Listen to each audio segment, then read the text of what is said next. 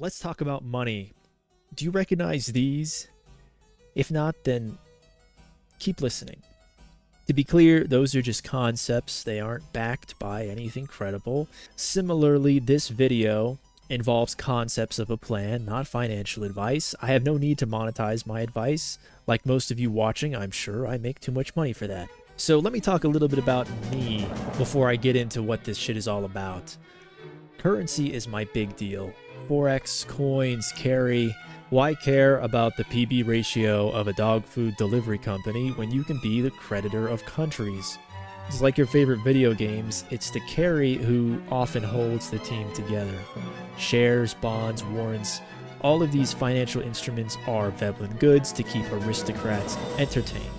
But there is one genre that never goes out of fashion, it's cash money. If it isn't at least 100 years old and involved in religious worship somewhere on the planet, I can't take it seriously. And that said, I'm not here to write a guide on investing in the 50 Shades of Usury or how to live until death do us apart. I'm here to be the bellwether. Statistically speaking, the dead make better traders than the living, and I've always thought that there was something ominous about that. Trading is the hard way to make an easy living, even if Powell made red days illegal. But if the charity of the chairman is the only way you've been making it, through the markets, through your real estate, through the assets you own, if the cost of money engineering is how you've been making it, and that's going to be true for 99% of you, then this is definitely for you. As the story goes, a denarii given once is expected again, but nothing lasts forever, okay? As the tariff phase matures through the second half, we will open ourselves up to cash crashes. Ultimately, what I'm going to be calling the reserve recession. The next Bretton Woods has effectively begun, but this time the world's greatest dealmaker is at the helm. Look, even if you're not a trader, this video is still relevant for you. If you hold cash, if you're investing in USD, another way of saying if you're holding cash or you're earning in cash, then you are going to be at risk of losing money, quote unquote, over the next 18 to 24 months. It's not in the market, obviously, which I assume you're already losing in somehow. Your retail positions, your crypto positions, your boomer positions, but in our modern banking system. Okay, in the one asset you think is risk-free, your cash accounts. I'm sure everyone is tired of hearing some decrepit libertarian whine about how we built a system of paper and promises. This isn't that. Fiat currency isn't simply a coupon with a high beta decay rate. It has an electronic expiry. Remember when Robinhood turned off the buy button? So what a surprise that was to Redditors and retail alike. I'm sure bigger and more powerful entities would never do the same. A G-SIG bank would never turn off their ATM withdrawal button if their central banking citadel dictated such, except it happens all the time. So far only in countries you've never heard of or cared about. That's gonna change soon here. For almost 3 years now, your world leaders have been preparing for a reserve currency collapse scenario. They've made sudden pivots to programmable currency R&D. They've been hoarding gold into CBs and taking extra steps to keep it quiet. They've been making strange comments about fantastical banking crisis scenarios. They've been adjusting payment solutions for hydrocarbons, of which the USD is a soft peg.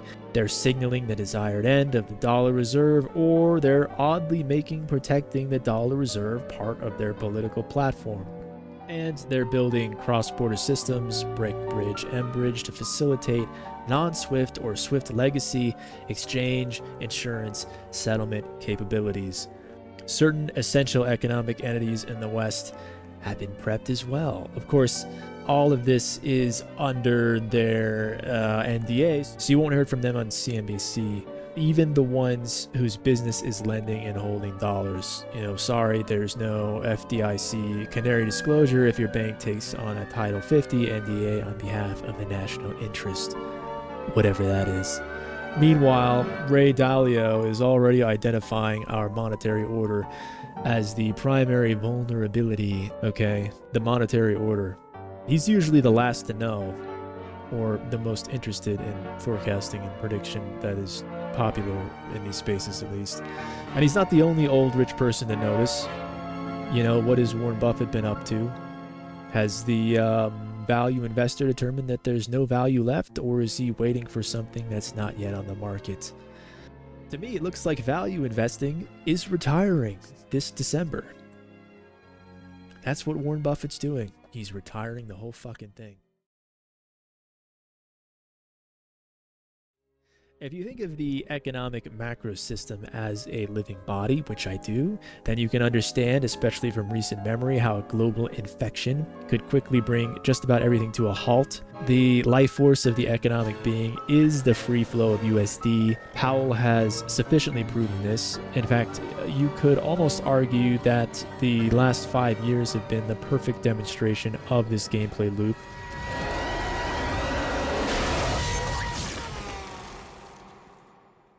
But you can't mistake the heart for the entire circulatory system. Liquidity is a digital dependency today. So if the power goes out, there is no liquidity. If Windows crashes, there is no liquidity. If CrowdStrike gets hacked, liquidity is grounded and air travel is canceled. Liquidity is a luxury. It has been a luxury for all of human history. Only in times of conventional peace and American-led globalization have people begun to delude themselves otherwise. It will not work the way you think in tough times, especially in our just-in-time widget meets server-based bookkeeping era. Okay? The board game of money has never been flatter or more fragile. In an age of infinite KYC and a bigger brother, a major ATM Corralito will not look like your grandfather's breadlines. Accounts will be electronically frozen, thus there's no withdrawals or personal payments. And social payments, welfare, will be halted for several days or even up to several weeks, depending on the country, aka Canada.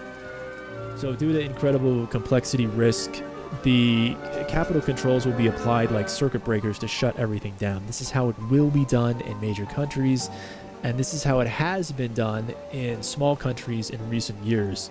It's M1, M2, M3, all of these will be iced by NatSec nitwits and placed under conservatorship. They will give you any and every excuse: power outages, Russians, 4chan hackers, Iran, North Korea, Powell, Biden, a disaster, China, anything, literally. They might even blame me. To be truly forward in global macro, having an understanding of financial securities is not enough. National securities are a necessary intersect. That is the purpose of this video. If the NYSE went down unexpectedly for a few days, it would in effect generate a stroke for the velocity of USD. Only one link in the financial accounting chain needs to be halted to warrant shutting down the entire electronic transaction system. There is no fractal redundancy, so to speak. Everything is connected and dependent on that bookkeeping connection. Otherwise, the whole body gets hospitalized. This is the great weakness of centralized versus decentralized finance and merchant services, and why this transition is ultimately inevitable. Only M0, cash, select banking accounts, let's say like community, credit, and maybe a chosen GSIC, not Deutsche Bank, but a chosen GSIC, and perhaps, alternative crypto type banking, if you believe in that kind of thing, will operate in a short window until your country's cartel sets a withdrawal rationing figure. So it could take several days to over a week before the rationing window is brought online, and even then the pain continues, especially if you live and earn outside the United States. If you're a shoemaker in that pitiful collection of tourist destinations we call the EU, this is especially for you, because the fight over a national versus a continental currency solution could paralyze you all even further.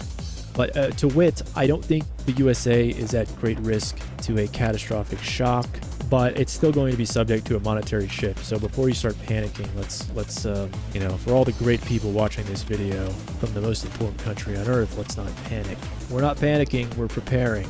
However, for those of you in Asia and EU, for the 10 people that watch this video, you guys are in the crosshairs for this kind of shock.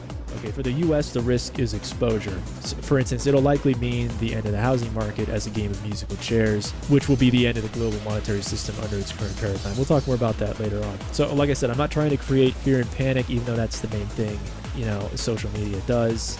No one's going to starve or get sent to the streets during a cash crash in a developed country in the contemporary era.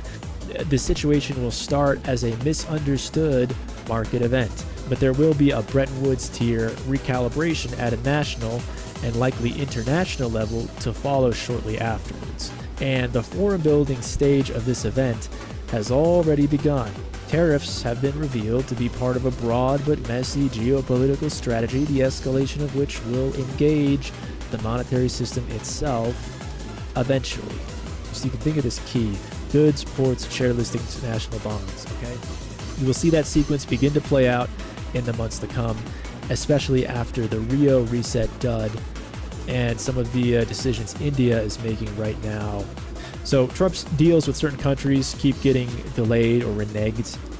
He's going to continue holding his pattern on this matter, switching between punitive and taco to extend the tariff negotiation horizons. And at some point soon here, the next couple months, the general public will realize that the tariff gambit was not really about tariffs at all. America is on the cusp of a new golden age, but we will have the courage to seize it. We're going to take it. We're going to make it a current. We're going to bring this into a golden age like never seen before. The original 90-day Liberation Day to Independence Day window, which literally ended a day before Independence Day and 3 days before the Rio reset began, was very geopolitical in nature. It was about blocks. It's not about the tariffs necessarily.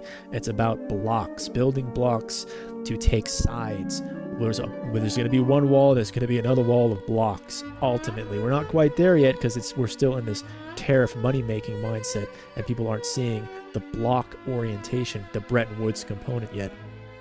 But in this cash crash post-op, before a full Bretton Woods resolution, the value of your currency isn't just at risk of falling probably about 30% minimum to potentially up to 60% against a precious metals benchmark.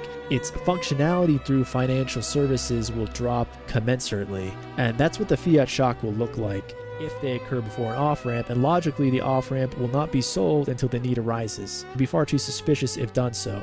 Now, there is a lot of stablecoin legislation that just got passed in July, which is kind of an off-ramp, and we'll talk about that a little bit later. It's a low-key one. It does not imply that there's going to be a reserve recession just by saying stablecoins are legal now in the United States, right? So it's very convenient. That's one of the reasons why it's been done first. But before we get any further, again, another disclaimer. This isn't about spreading InfoWars doom about a Great Depression. If you're a serious person watching this video, that's not the impression I want you to have. That's not the purpose of this video. That a Great Depression is not likely in a developed world, at least in the way we've had it before. The systemic nature is not equivalent to your car needing a new engine, for instance, and there being no engines. No one can develop it, nothing on the shelf. This is about your car needing gas when all the gas stations have shut down for the weekend.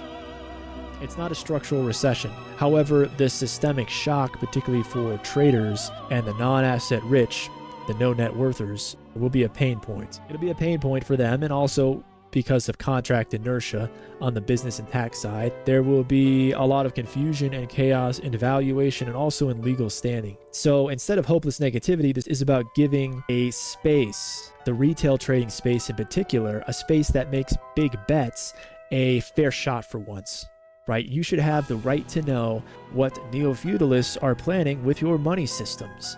As dumb as it may be, at the core of the retail movement is the classic Robin Hood ethos. Don't eat the rich, beat the rich at their own game. And this is the best opportunity ever to do so. The ultimate winner-take-all wealth transfer. Despite the orchestration at the top, most of the dumb rich from Jupiter Island to the Vineyard will be caught off guard. So let me deliver the goods to the good people of the internet, of the retail trading space in particular. And another disclaimer, keep in mind this is strictly speculation and scenario planning, and it's not totally drawn on privileged information from powerful people. This is a painfully long video, so you can skip ahead to whatever section interests you. I'm going to show them up on the screen here. So let's jump into the crash due diligence section. For China, we're mostly going to be talking about China and European Union and Japan somewhat. Those are the three actors that are going to be of great interest for detecting and determining when the crash occurs, how it's going to occur. So let's start with China. For China, it's not strictly an economic shock, this reserve recession, this cash crash. It's a systemic risk of a geopolitical nature, like proactive de-risking. Okay, so currency is not some platonic ideal daydreamed into being by the gods. It is entirely an instrument of national interest. Cash will be wielded to serve the CCP's interests without exception, and that body of politics is currently on edge for a number of reasons. For one, like I mentioned earlier, India is pulling the BRICS sphere of influence their way. That's been a problem lately, though you won't hear about it on the news. Don't be surprised if Xi doesn't attend next year's either, assuming China isn't in a state of total chaos next year, which it probably will be. Meanwhile, the CCP is stalling their shadow economy the best that they can until global conditions are ideal, which may never happen, but they will pull their trigger earlier if need be, okay? In other words, they will create their own geopolitical events. This is something that great powers do. Granted, that trigger could be conventional or unconventional, and there's no need to list all of these, because that's not the purpose of this video, to get conspiratorial on any of that. It's all strictly speculation. Let's talk about things that we can determine as fact right now. And that, guess who has 1.3 trillion in mortgage BS?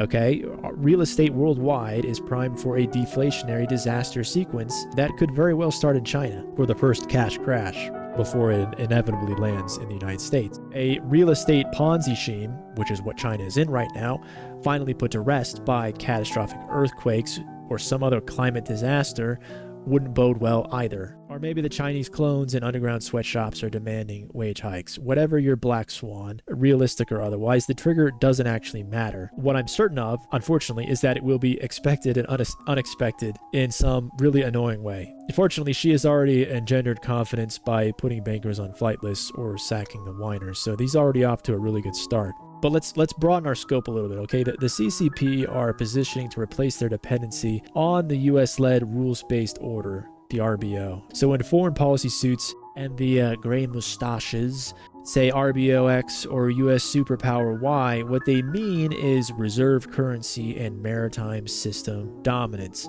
It all comes down to coins and boats, as it always has.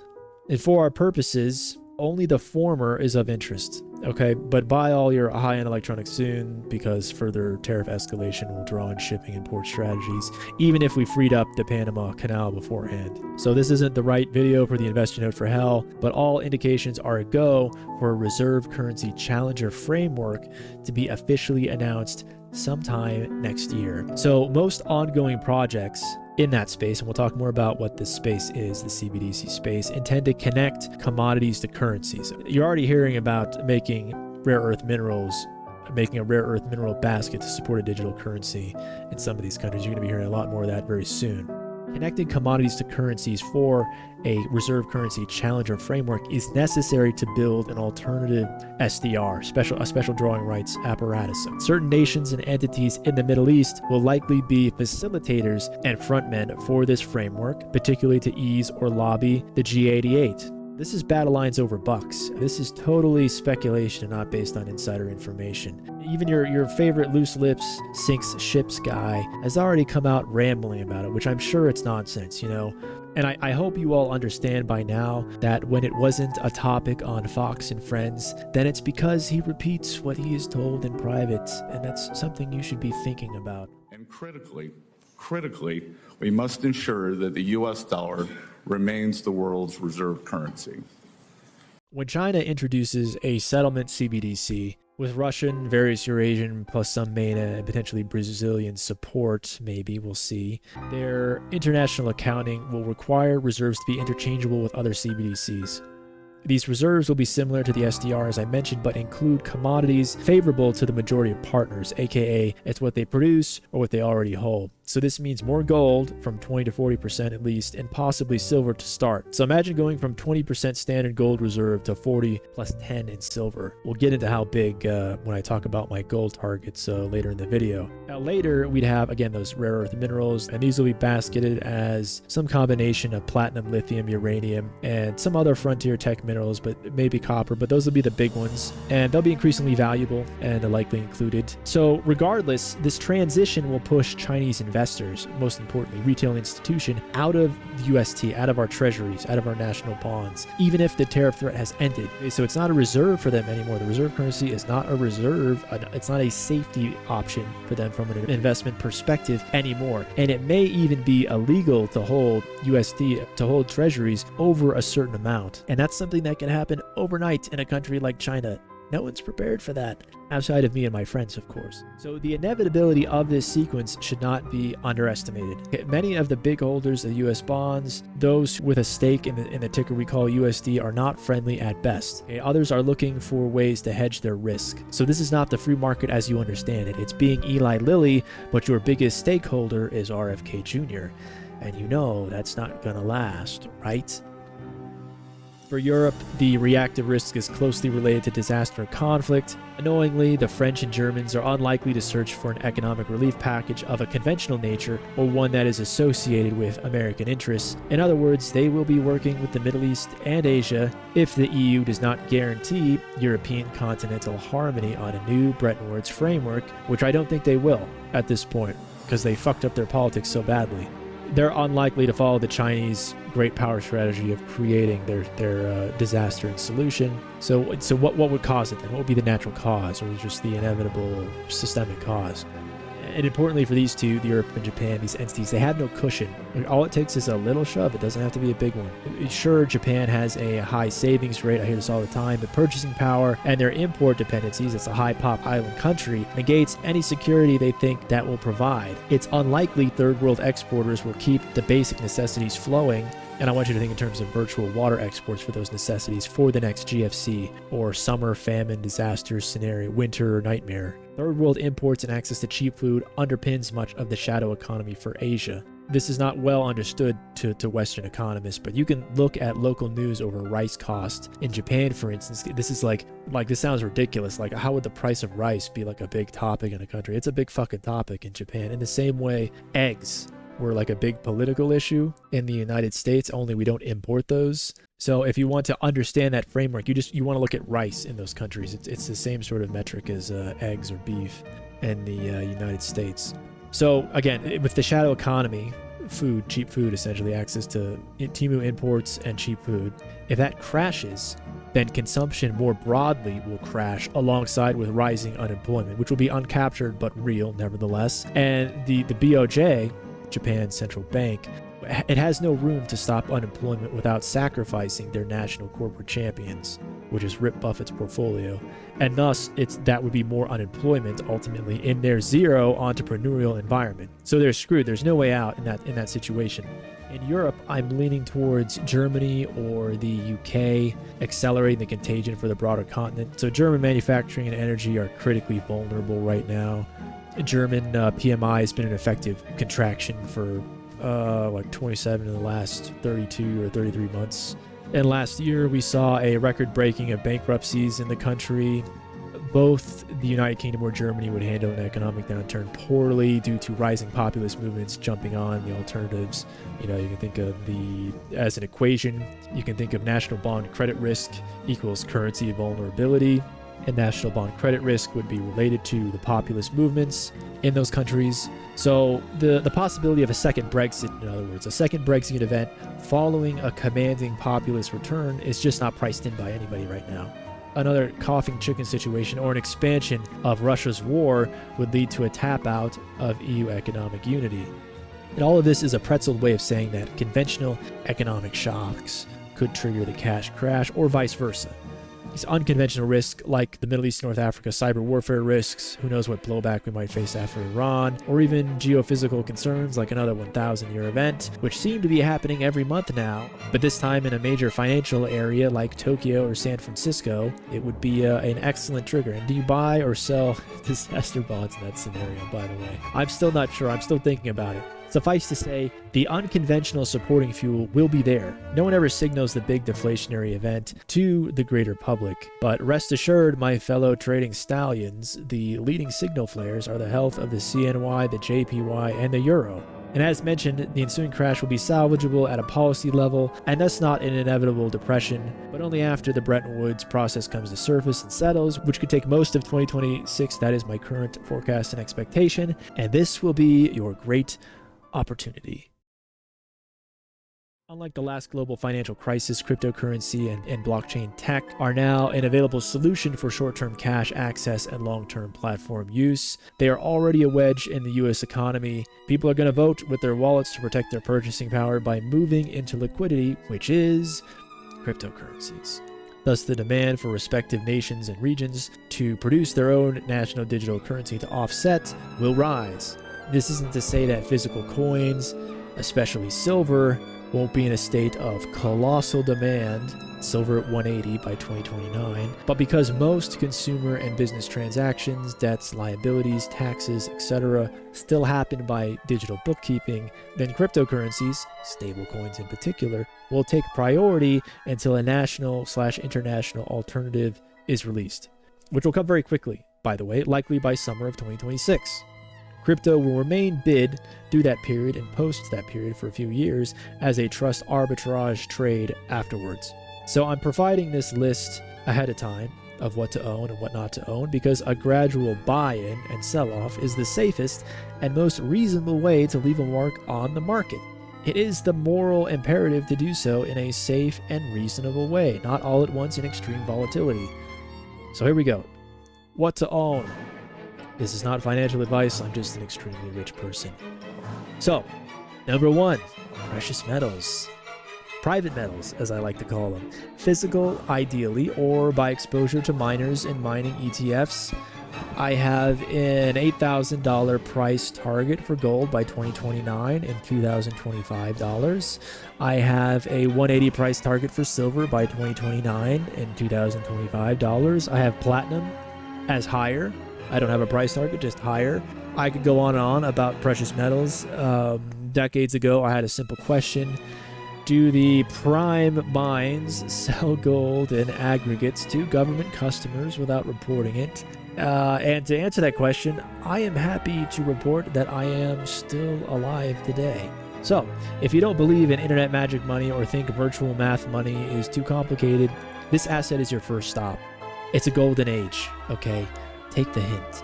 See KGC, GLD, GOLD, and GDX on your markets as tickers of interest additionally. Commodities. Number 2, lithium, copper, aggregates, rare earths.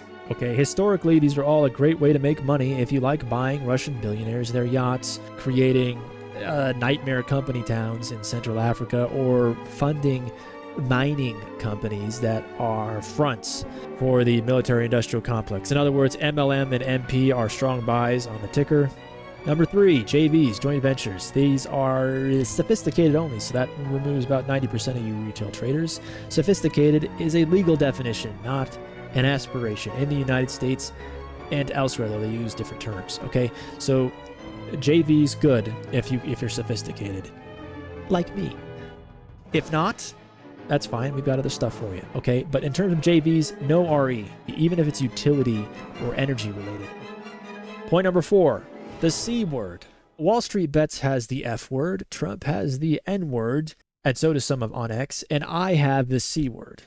It's my favorite curse word of them all. As we'll get into in the next section, there will be a valuation Wild West period in which the shelf-stable coins, other coins, cryptocurrencies, and blockchain platforms will be used, other tokens, I should say, and blockchain platforms will be used by developing countries and rich countries alike to fill in gaps and as a natural solution based on cost, availability, and immediacy for retail and small business needs. Only the most totalitarian countries, see Europe and China, will gatekeep over this.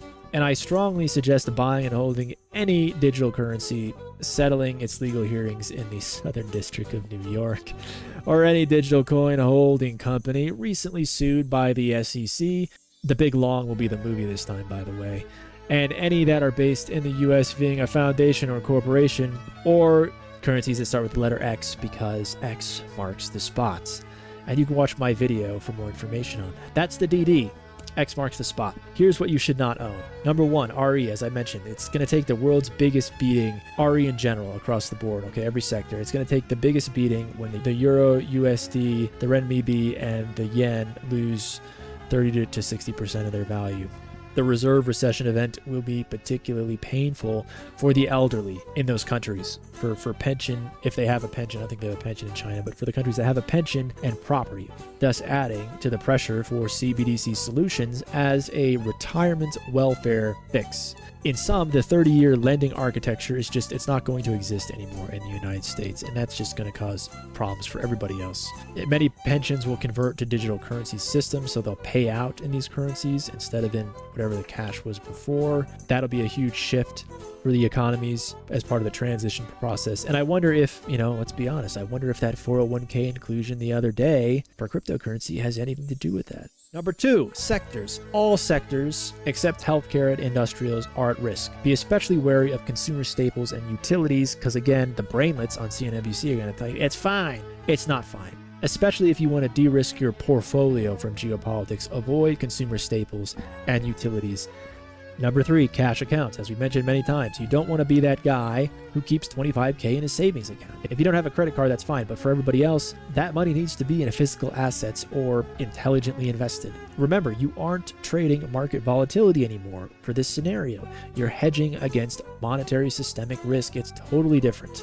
Number four, other currencies tied to the old monetary system. You should definitely not hold these, especially currencies tied to the NERPR systems. Okay, if you're a NERPR, if your country's a NERPR, do not hold its currency as much as possible. Okay, from an investment standpoint, you could hold the odd yen, for instance, the AUD, JPY, but you don't want to own either via futures or ETFs. In other words, the FXE or the FXY. You don't want to hold those, not even as a short. You can trade these bi-directional pairs, these joint pairs, in Forex, but you don't want to hold the futures individually.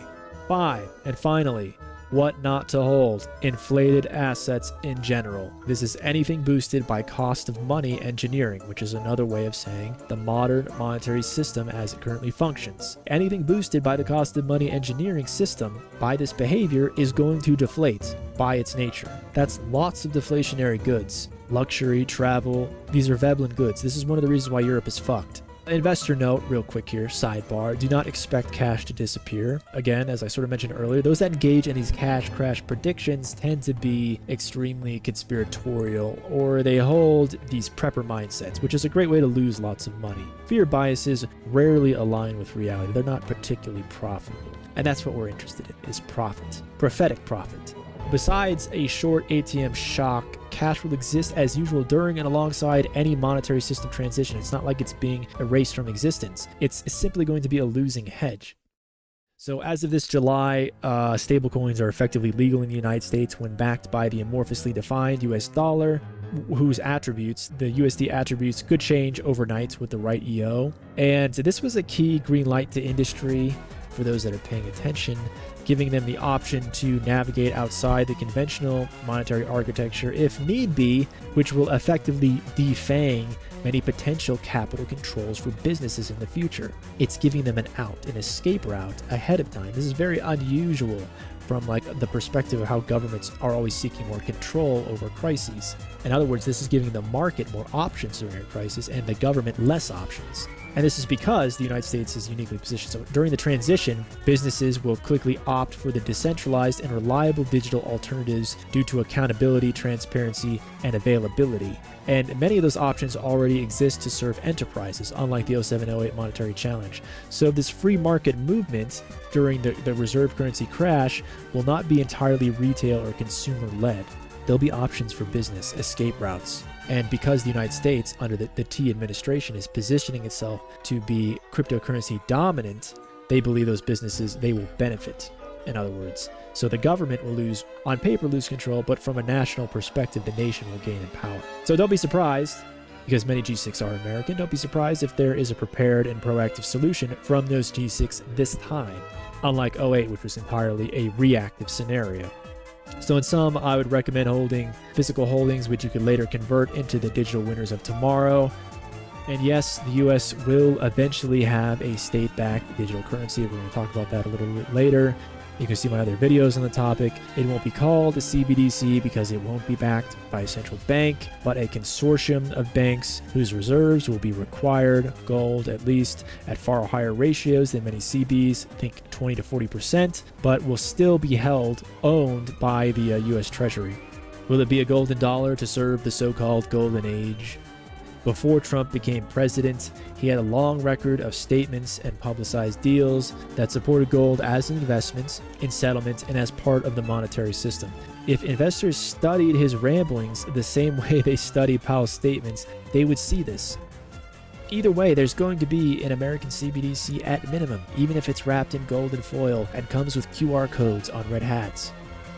A little more info on paper metal risk. If you think you can hold paper metals to delivery, you will be sadly mistaken when you arrive at the warehouse after a 1,000-mile trip without a proper warrant and they write you a check in a failing currency instead. Don't do what I do and try to burn down the facility. Just don't do it at all.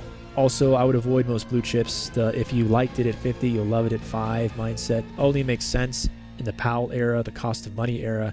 Everyone loves Japan, right? Except for the people who love making money. For all those Wall Street bets and retail traders who think they're sophisticated, trading predators on Reddit who think they can make their high vol, high spread Mag 7 markets work with synthetic double, diagonal monarch, butterfly spreads, or whatever autism does these days to find edge. Okay, maybe you can make it work. Just try not to have a huge cash account to make that setup happen. Instead, just seek maximum leverage. I used to trade with 0.1% margin on select Forex brokers and a 0% deposit requirement. That's the most generous loan on earth, anywhere. That isn't in the mob industry, okay? Remember, you won't be able to show the grocery cashier your high rate yields to pay for your desperation rice. You don't want to be the lender in most scenarios, okay? This is economic sense. All right, and now we get to the juice. Well, what I'm calling the Besant plan. Like I said, speculation. This isn't financial advice. I'm just a random rich person on the internet who could say anything, and is saying anything. To reiterate, during the theoretical shock collapse of the reserve and or the major fiats preceding that, the pain is not only in the period of strict capital controls, but the long-term value of your cash when you get access back. As gamblers, if you're a trader, then you're a gambler. So you should all understand, if you can't convert your chips into cash, the casino will crash, even if it only happens once. Even if you eventually cash out later for 20 chips on the dollar. Vegas is dying. Take the hint. The Secretary of Fake Teeth knows this, and he and his foreign country comparables have planned for it. With all due respect to him, he was part of an all-star team of FX traders, the best of the best of the best. They understand what makes or breaks nations from a currency standpoint, and they have a track record of macromania to prove it. All right, he was the analytics mastermind behind Black Wednesday.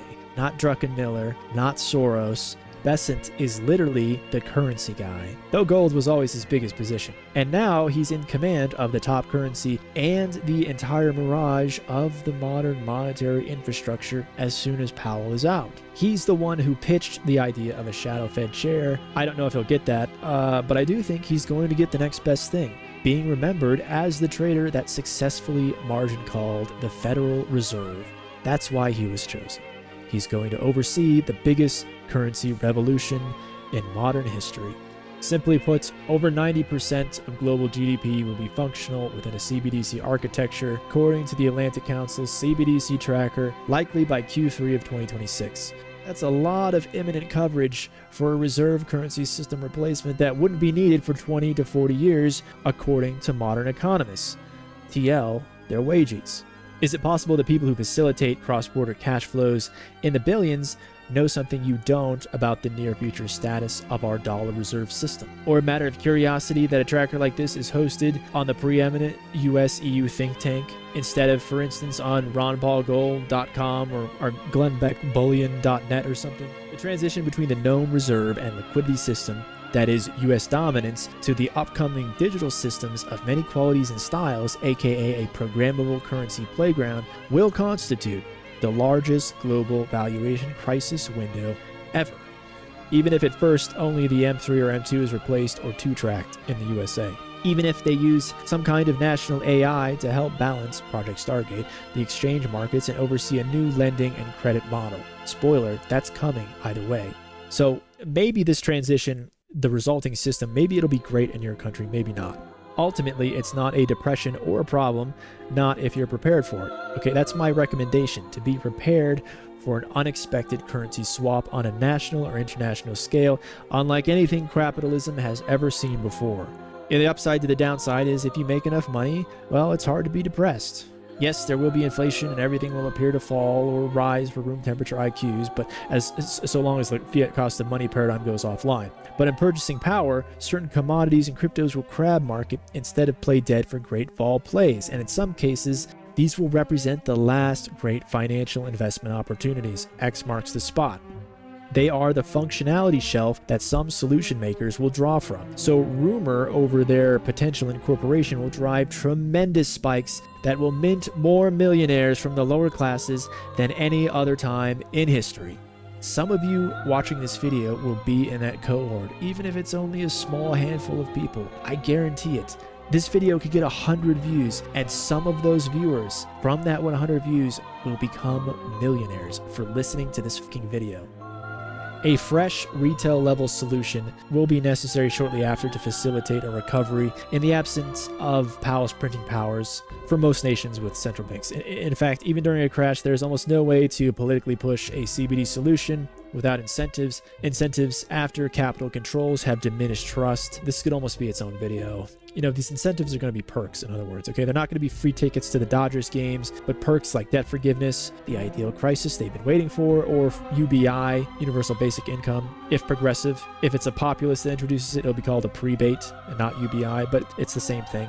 Or there'll be perks like access to the soon-to-be American Sovereign Wealth Fund, which will be probably initiating the second half of next year. The framework will be announced the first half of next year and debated, but it'll be initiated the second half. And all of which will warrant its own video, to be honest, that few will watch. But for those that do, they're going to make a lot of fucking money. So congratulations, dude, for being part of the rich crew for once. Some of these CBDC solutions will not be sound, depending on your country. It's entirely possible that they all lean authoritarian in implementation or inefficient and deflationary in practice. So don't comply without question. You know, thinking is still free, even if you've forgotten. If that's you, if you're stuck in country-wise crappy CBDC paradigm, what do? Do you take the poison pill and risk a programmable purgatory of software patches, invasive KYC, geofenced value, and conditionalized capital controls, literal state-backed funny money that's not even as real as monopoly money anymore? Or do you continue to enjoy the privilege of a Wild West experience through these free commission markets, if you're a trader, which for many have not simply become a way to get rich, but the only way to get rich at all? Okay, I don't blame you for trying. Being broke is an expensive lifestyle. For thousands of years, eating the rich has not worked. Beating the rich at their own game. That's what the retail trading experience has shown, if you filter out all the lost porn, obviously. So keeping up with the, let's say, the Wall Street bets lifestyle, the making your own internet magic money lifestyle, the internet entrepreneur lifestyle, this will require an awareness of cash equivalents and their presence on many Wild West platforms, especially if you are trading or operating your business, gathering income essentially from the EU or Asia jurisdictions where regulation has stalled. And the intent behind that stalling is becoming increasingly obvious. So you can go back to the Opportunity DD or see some of my other videos for more information on that. I can't get into further details without being assassinated, literally. But listen, I'll give the same advice I'd give anyone in any era, in any place on earth.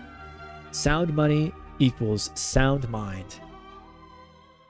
I started retail trading before most of you were born. My journey into internet magic money was almost before social media. It was before there was money on the internet in many ways. This was back when 2005, 2006, 2007. This was back when MetaTrader was an advanced piece of software and worked with an IP from the Isle of Dominica. I understand the appeal. Doing your own research, working your own hours, drawing an income from anywhere in the world, of only being responsible for your own wins or your own losses. You had a choice between life as a broke serf or a broke merchant, and you chose the latter. Historically speaking, some of you made a smart bet. Lifelong wages will never know what a privilege this has been.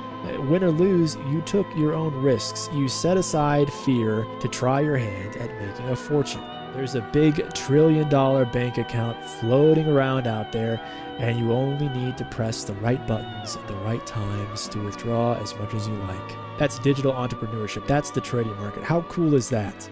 It's literally the pirate's life, and I sincerely hope it continues. I don't want to get on YouTube 10 months from now and see one big cleanup on aisle 9, okay? That's why I'm here to do the needful for free. Thank you for listening to my Zero Hedge parody, and I will see you on the margins.